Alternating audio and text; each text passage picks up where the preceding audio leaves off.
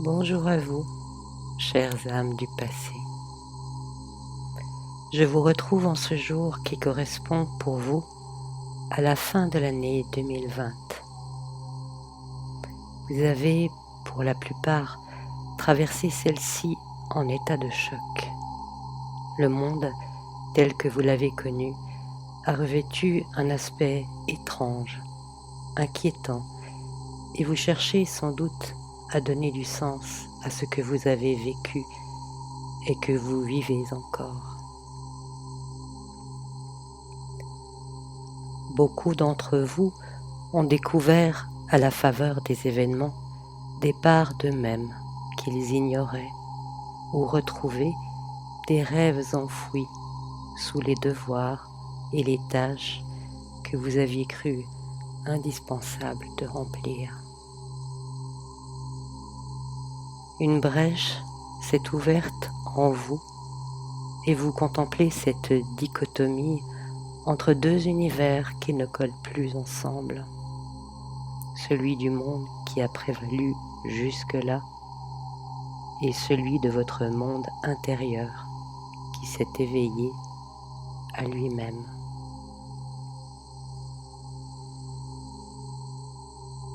Sachez que vous avez un grand courage, car même si vous ne le mesurez pas encore à l'heure actuelle, vous avez traversé l'épreuve en laissant fleurir le meilleur de vous-même malgré les circonstances. Vous êtes les héros de ce temps, le flambeau qui traverse cet âge sombre afin de porter la lumière au-delà, la lumière de la victoire du monde nouveau. Il importe que vous continuiez à cultiver votre lumière et à répondre aux besoins de votre cœur. Voyez-vous, dans le monde d'après, le monde nouveau auquel nous aspirons tous et duquel je vous parle, vous êtes considérés comme les braves parmi les braves, ceux qui ont permis que le changement soit possible. Il est d'ailleurs en cours, ce changement, sachez-le. Vous appeler brave n'est pas pour flatter votre ego, mais bien pour vous encourager à persister sur le chemin de l'amour et de la lumière, car ce sont l'amour et la lumière qui tissent la substance du monde nouveau. Tout comme vous, j'avais choisi de m'incarner en cette époque charnière que certains appellent la fin de l'âge sombre, le Kali Yuga des hindous. Nous savions que ce ne serait pas facile, mais ô combien bénéfique. Bénéfique pour le monde, bénéfique pour la terre, bénéfique pour les règnes animal, végétal, minéral, bénéfique pour l'humanité, bénéfique enfin pour nos âmes.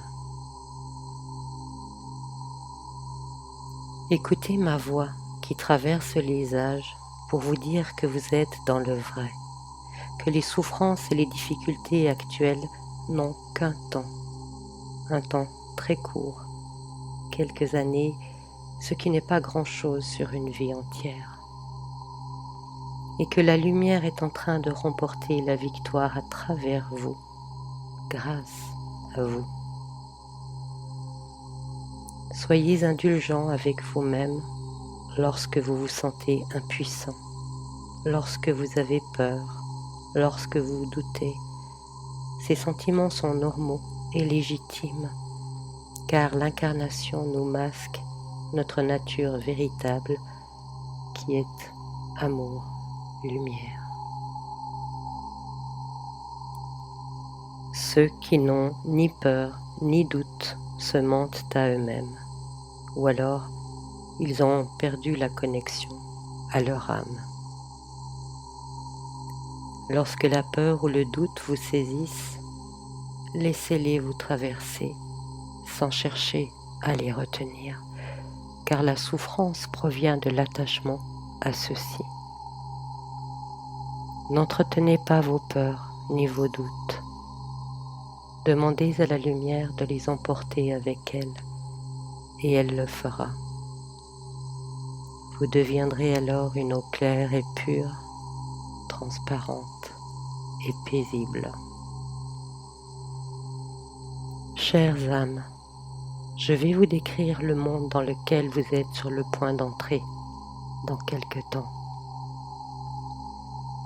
Cette image vous aidera dans ce passage, car nous avons tous besoin d'un but qui enflamme notre cœur pour demeurer courageux et aligné.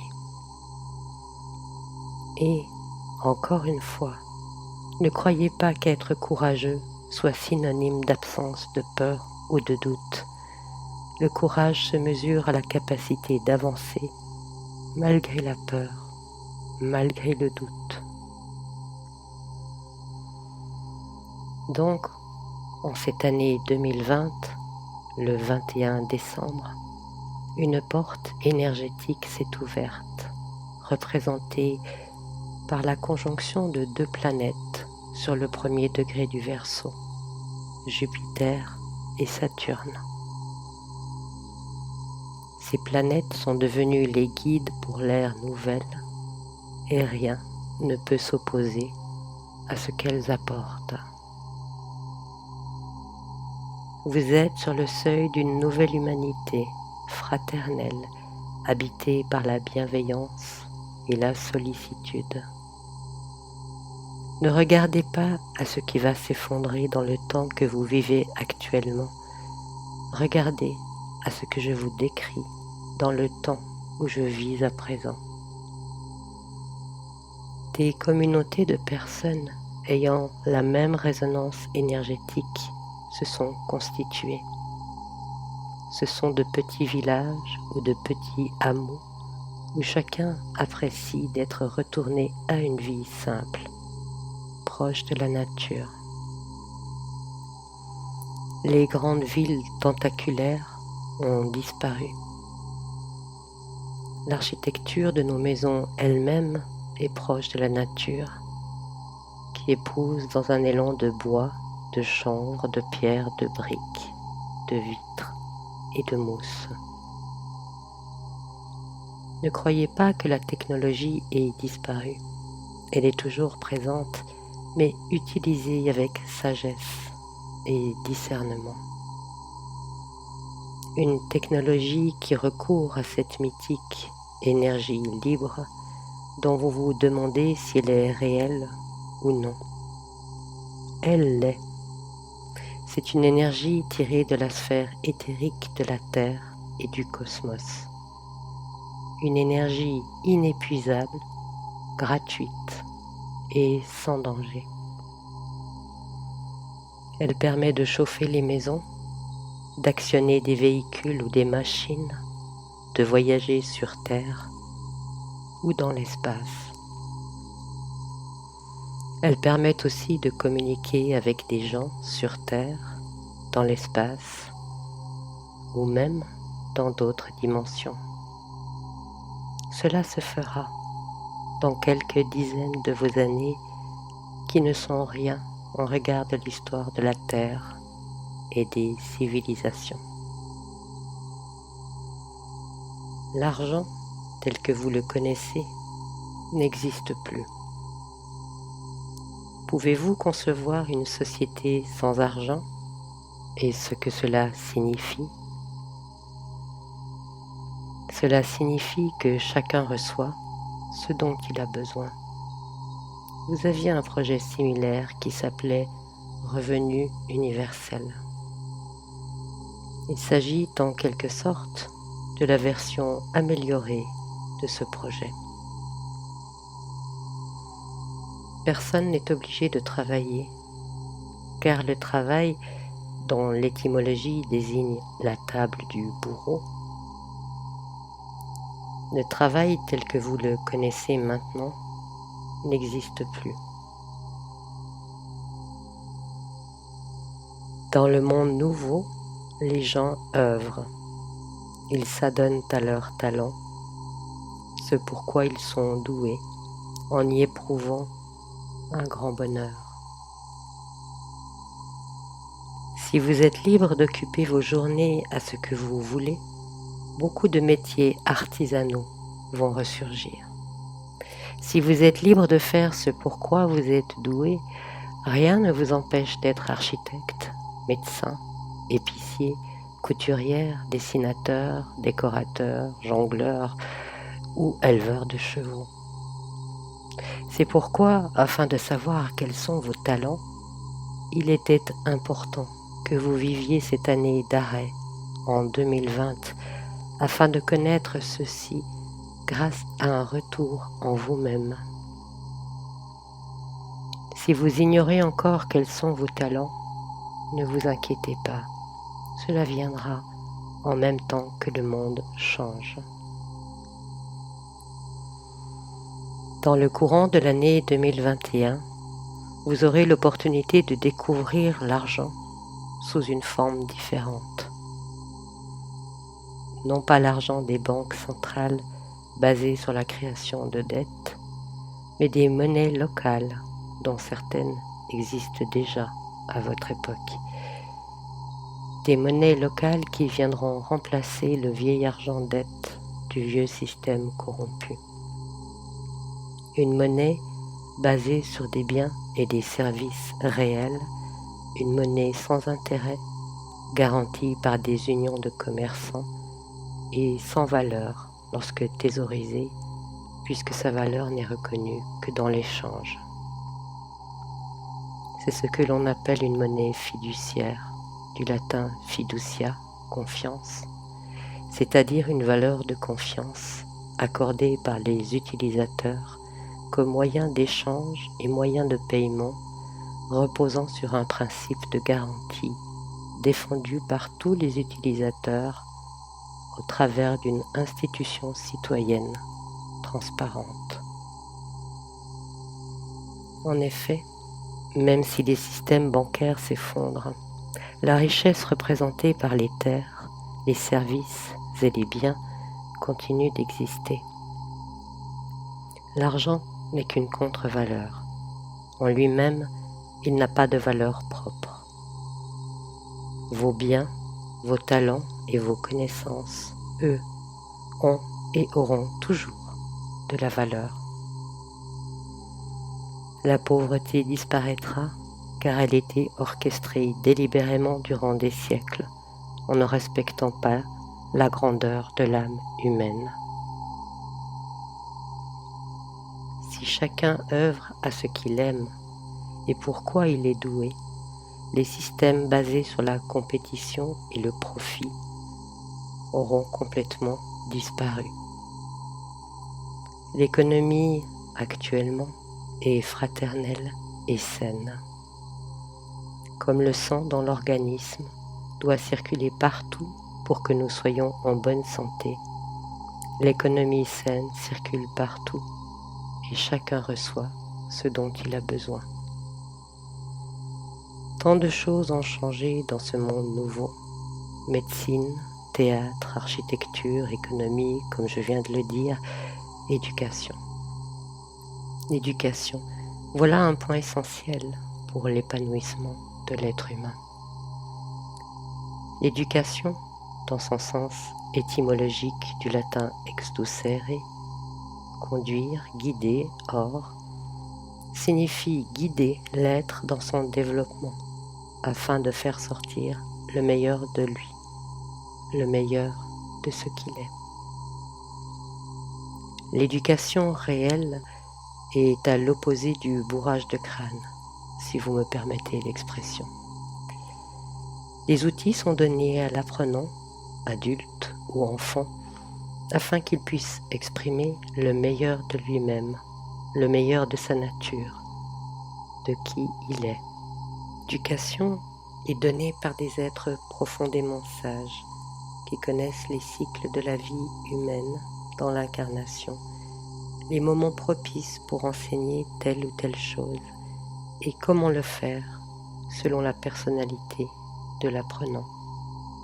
D'une éducation individualisée en fonction des possibilités, des potentiels, des qualités et du meilleur moment pour l'apprenant. Ceci dit, nous sommes tous des apprenants. Aussi, les sages éducateurs sont-ils eux-mêmes des apprenants. Chères âmes amies, je voudrais que vous preniez quelques instants pour visualiser le monde nouveau, le monde qui s'ouvre à vous demain. Imaginez les plus beaux paysages selon vos préférences, prairies, mers ou montagnes, déserts, forêts ou palmeraies.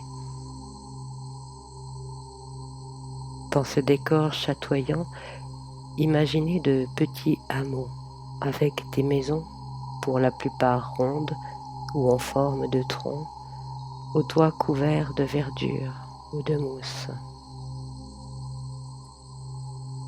Dans le ciel passe silencieux un aéronef propulsé par énergie libre qui s'harmonise avec le vol des oiseaux.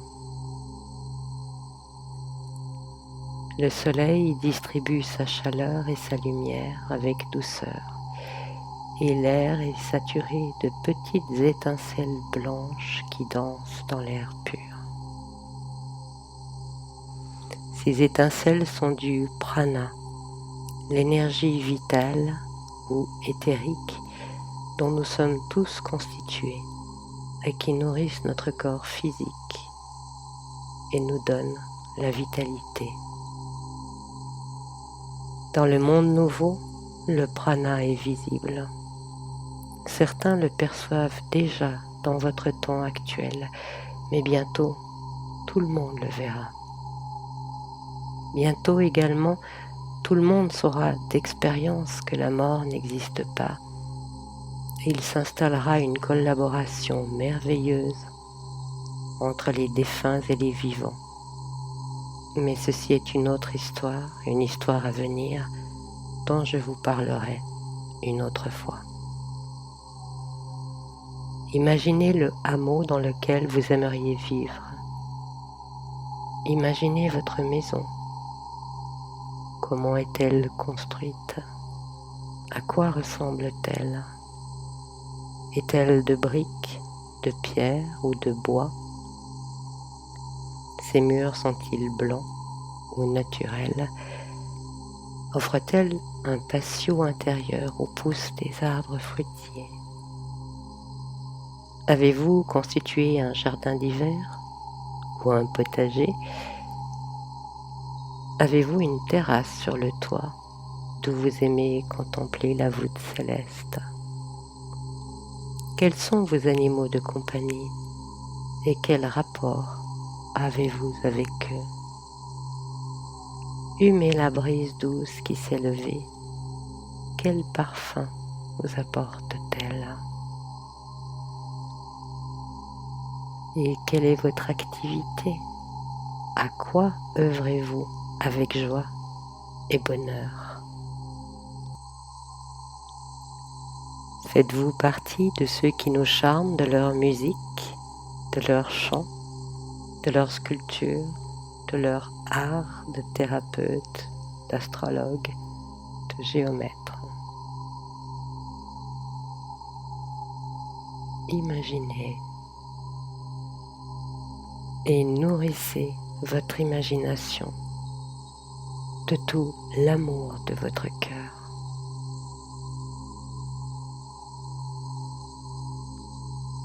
Nous nous retrouverons bientôt de l'autre côté, dans le monde nouveau. Soyez patients.